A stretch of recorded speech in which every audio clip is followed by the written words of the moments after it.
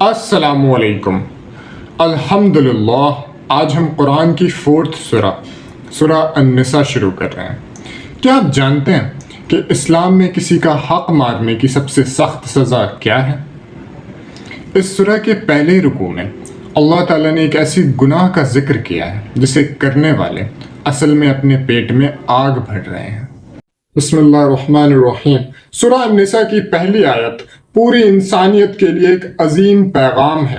اللہ فرماتا ہے یا ایھا الناس اتقوا ربکم، مینس اے لوگو اپنے رب سے ڈرو جس نے تمہیں ایک جان مینس آدم علیہ السلام سے پیدا کیا اور اسی سے اس کی بیوی کو بنایا اور ان دونوں سے بہت سے مرد اور عورتیں پھیلا دیے۔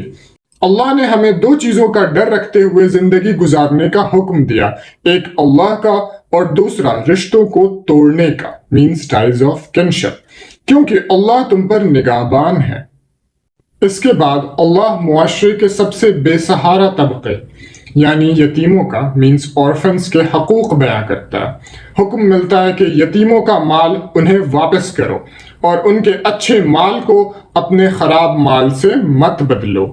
پھر آتی ہے وہ آیت جو دل ہلا دے، ان الذین یاکلون اموال الیتامی ظلما، مینس بے شک جو لوگ یتیموں کا مال ظلم سے کھاتے ہیں وہ دراصل اپنے پیٹ میں آگ بھر رہے ہیں اور وہ جلد ہی بھڑکتی ہوئی آگ میں ڈالے جائیں گے۔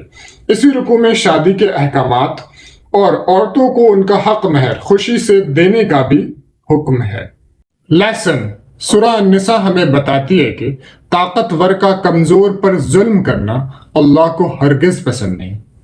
اگر آپ کے آس پاس کوئی یتیم ہے تو اس کی سرپرستی کریں، اس کا حق مارنے کی سوچیں بھی مت۔